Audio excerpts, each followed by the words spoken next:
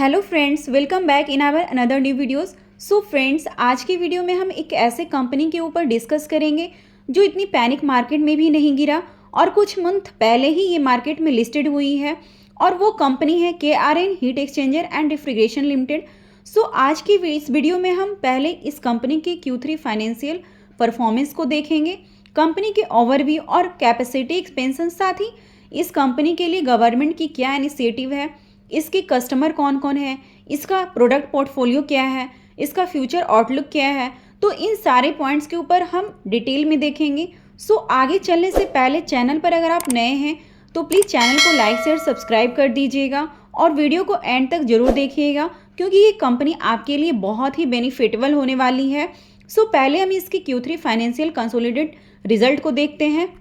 तो कंपनी ने 73% के रोबस्ट ग्रोथ के साथ 116 करोड़ का टोटल इनकम इस क्वार्टर में जनरेट किया है।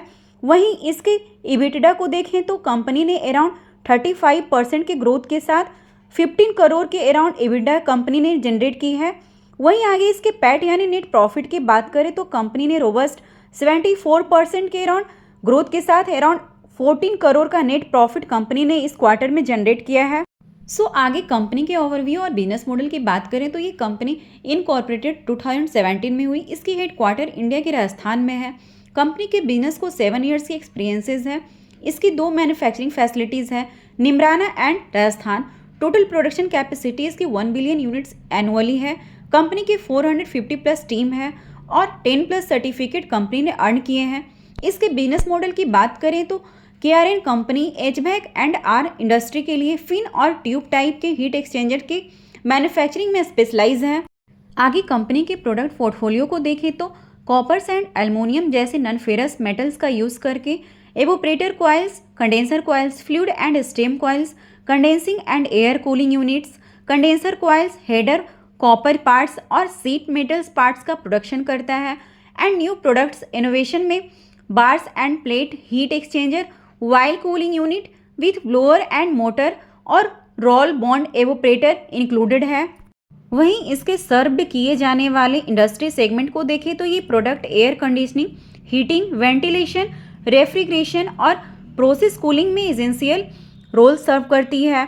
वहीं HVAC and refrigeration heat exchanger के मेन कोर को देखें तो 3 कोर हैं इसके। पहला डिज़ाइन एंड इंजीनियरिंग सॉल्यूशन जिसमें HVAC, refrigeration and industrial cooling शामिल है।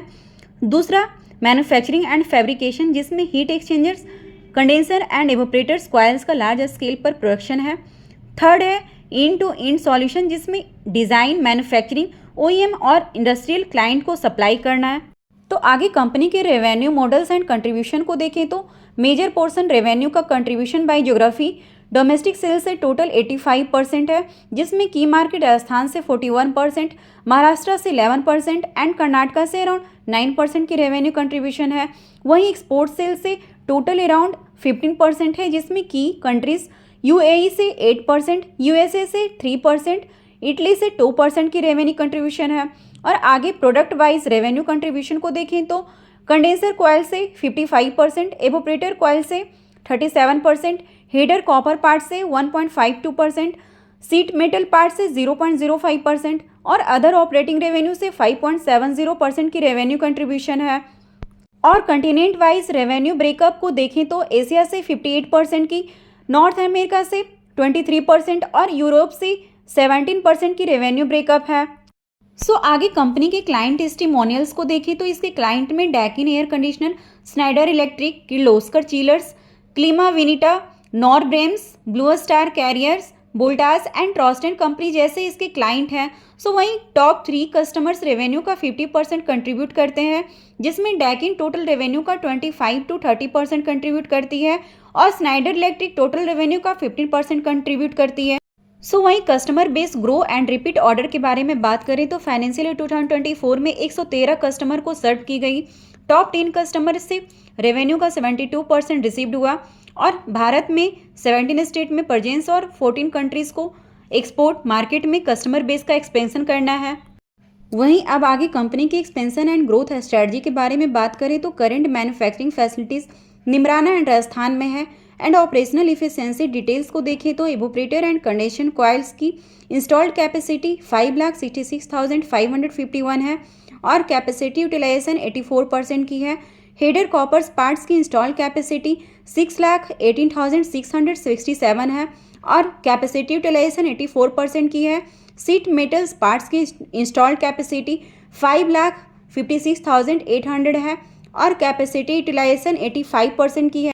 वहीं आगे कंपनी के export growth and global presence को देखें तो KRN 14 कंट्रीज़ को एक्सपोर्ट करता है, जिसमें कंट्री शामिल है UAE, USA, Italy, Saudi Arabia, Norway, Czech Republic, Germany, UK, Poland, China, Canada, Ireland, France, Croatia.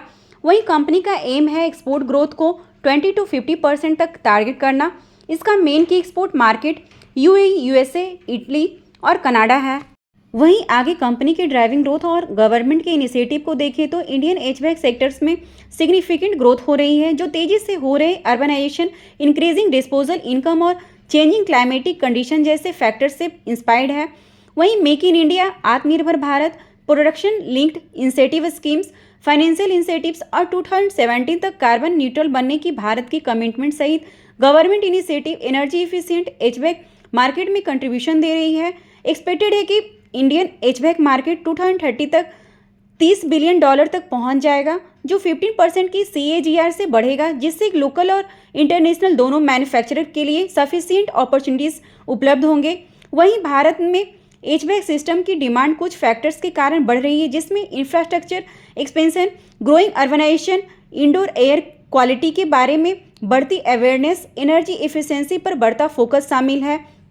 और वहीं कंपनी ने रिसेंटली फ्यूचर एक्सपेंशन प्लान के लिए राइजिंग राजस्थान इनिशिएटिव के तहत राजस्थान गवर्नमेंट के साथ 1000 करोड़ रुपए के एग्रीमेंट पे साइन किए हैं।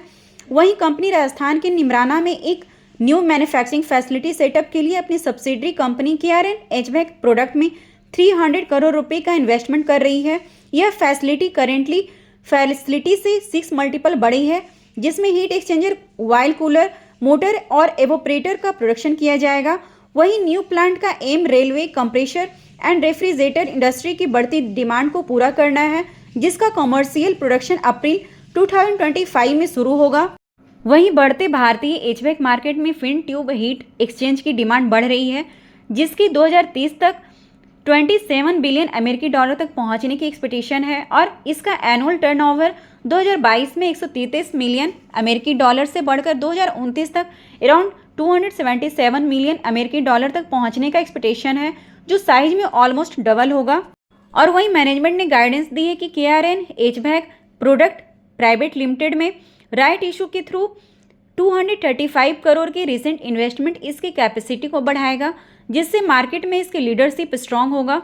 कंपनी को कॉन्फिडेंट है कि नई फैसिलिटीज़ और प्रोडक्ट डाइवर्सिफिकेशन के सहयोग से वह नेक्स्ट 3 इयर्स में 5 से 6 मल्टीपल की रेवेन्यू ग्रोथ का टारगेट अचीव कर लेगी।